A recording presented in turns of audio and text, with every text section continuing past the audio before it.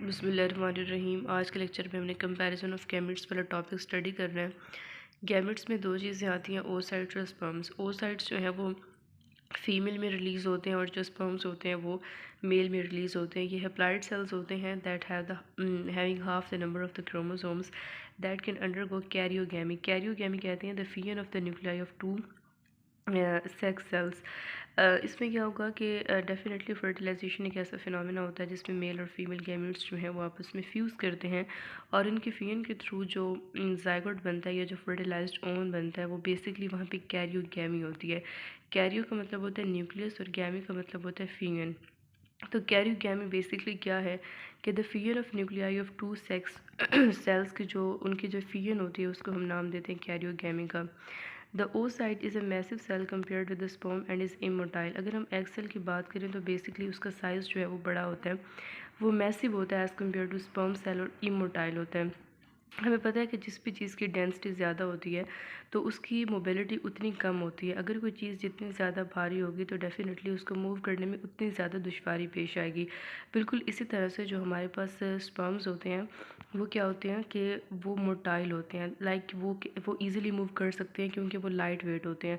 लेकिन जो हमारे पास oocytes होते हैं, जो हमारे पास एग सेल्स होते हैं, बेसिकली वो मैसिव सेल्स होते हैं that as compare to the sperm cell, और वो इमोटाइल होते हैं। ठीक है, इजीली मूव नहीं कर सकते, लेकिन स्पर्म जो है वो इजीली मूव कर सकते हैं क्योंकि हमें पता है कि जो स्पर्म है उसमें एक मोटाइल टेल होती है जिसकी वजह से स्पर्म इजीली मूव कर सकता है to the side of fertilisation.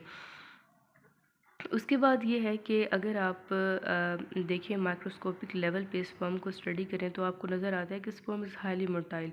आपको हमेशा स्पर्म मूव करता हुआ नज़र आएगा जो मेच्योर स्पर्म्स होते हैं।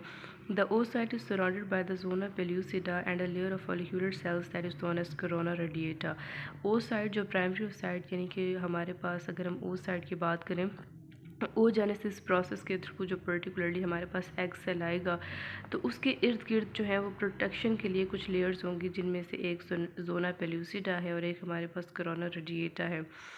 पहले हमारे पास जो लेयर आती है वो हमारे पास किसकी होती है, जो सेल होता है oocyte सेल उसके जो बिल्कुल बाहर होती है वो जोना पेल्यूसिडा की होती है और उसके बाद हमारे पास जो है वो फॉलिक्यूलर सेल्स होते हैं कोरोना रेडिएटा के।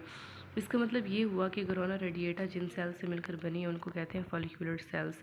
सो oocyte is surrounded by the zona pellucida and a layer of follicular cells that is known as corona radiata.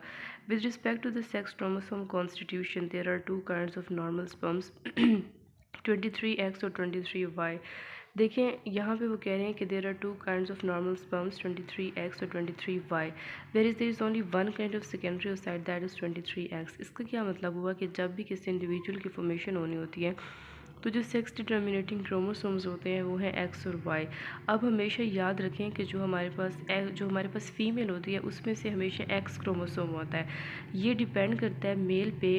अगर वहाँ से एक्स क्रोमोसोम आएगा तो डेफिनेटली जो न्यू इंडिविजुअल होगा वो फीमेल होगा क्योंकि एक्स एक्स से फीमेल, और अगर स्पर्म जो है वो वाई क्रोमोसोम के साथ है तो एक्स वाई जो है वो मेल बेबी प्रोड्यूस करेगा।